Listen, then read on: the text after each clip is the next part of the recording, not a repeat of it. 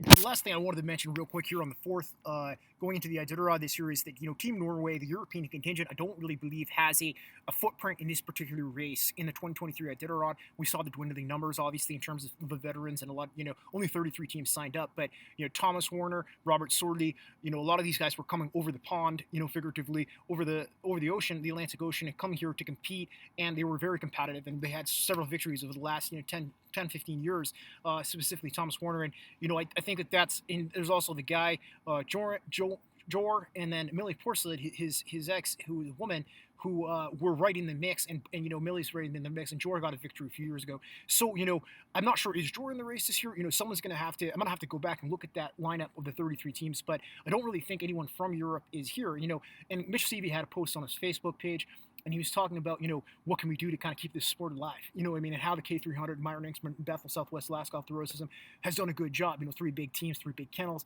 so the sponsors, the purse, and off of the road system there in Alaska. And how Iditarod sort of been struggling with the attacks from PETA, and just struggling with, I think people are up against, like myself, a lot of young people are up against the dollar signs. They can't economically, when they're young, passionate about it, finance it. You know what I mean? They're struggling for jobs. They're struggling for money. So but the European, they're coming from Europe, and it's a different, it's a different drainage, a different ecosystem for sponsors. And they have quite a bit of healthy races over there. The Finnmark Slope It, there's a big race, and several other races. Dallas went over there and never was able to put it together.